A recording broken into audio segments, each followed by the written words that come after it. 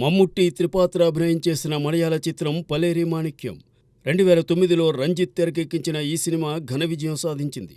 ఇదే పేరుతో టీపీ రాజీవన్ రాసిన నవల దీనికి ఆధారం. తాను పుట్టినప్పుడు పలేరి గ్రామంలో జరిగిన ఓ హత్యకు సంబంధించిన మిస్టరీని ఛేదించడానికి ఊరికి తిరిగి వస్తాడో డిటెక్టివ్. ఇందులో అహ్మద్ హాజీ, హరిదాస్, ఖలీద్ అహ్మద్ పాత్రలను మమ్ముట్టి పోషించాడు.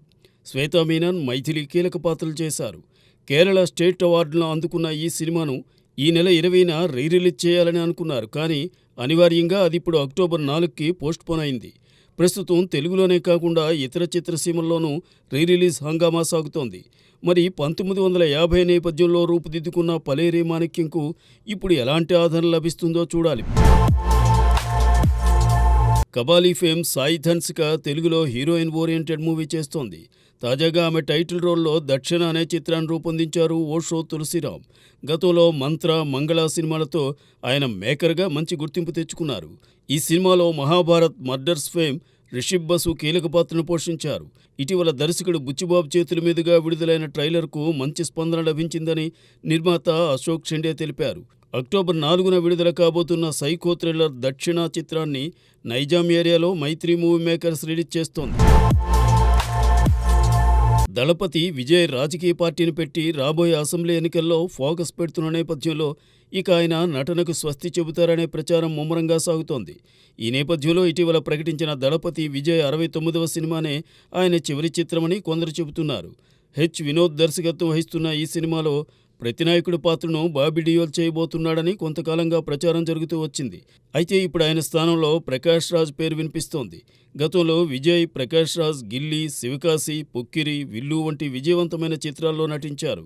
ఇందులోనూ ప్రకాష్ రాజే ప్రతినాయకుడైతే కాంబో అదిరిపోతుందని అభిమానులు చెబుతున్నారు. మరి దీనికి సంబంధించి అధికారిక ప్రకటన ఎప్పుడు వస్తుందో చూడాలి. అక్టోబర్లో సెట్స్ పైకి వెళ్లే ఈ సినిమా వచ్చే ఏడాది విడుదల కానుంది. ఇటీవల విడుదలైన విజయ్ గోట్ మూవీ ఇతర భాషల్లో పరాజయం పాలైన తమిళనాడులో మాత్రం మంచి కలెక్షన్స్ను వసూలు చేసిందని ట్రేడ్ వర్గాలు చెబుతున్నాయి. జాతీయ ఉత్తమ నటుడు అల్లు అర్జున్ నటించిన పుష్ప 2 సినిమా డిసెంబర్ 6న విడుదల కాబోతోంది. అందుకోసం చిత్ర బృందం అహర్నిశలు శ్రమిస్తోంది. జాతీయ స్థాయిలో పుష్పకు లభించిన ఆదరణను దృష్టిలో పెట్టుకుని ఎక్కడా రాజీ పడకుండా 100% బెస్ట్ ఇవ్వడానికి మూవీ టీం కృషి చేస్తోంది. దానివల్ల అనుకున్న దానికంటే వర్క్ స్లోగా సాగుతోందని తెలుస్తోంది. ఏదైనా కారణం చేత ఒకవేళ పుష్ప 2ను ఆ తేదీకి విడుదల చేయకపోతే మైత్రి మూవీ మేకర్స్ అధినేతలు ప్లాన్ బిని అమలు చేసే పనిలో ఉన్నారట. అదేమిటంటే పుష్ప 2 డిసెంబర్ 6న, అలానే తమ బ్యానర్లో నితిన్ హీరోగా వెంకీ కుడుమ డైరెక్షన్లో తీస్తున్న రాబిన్హుడ్ను డిసెంబర్ 20న రిలీజ్ చేయాలన్నది వారి ఆలోచన. కానీ పుష్ప 2 ఆ తేదీకి రెడీ కాకపోతే అదే తేదీకి రాబిన్హుడ్ను రిలీజ్ చేస్తారట. సో 2 వారాల ముందే ఈ సినిమా వచ్చే ఛాన్స్ ఉంది.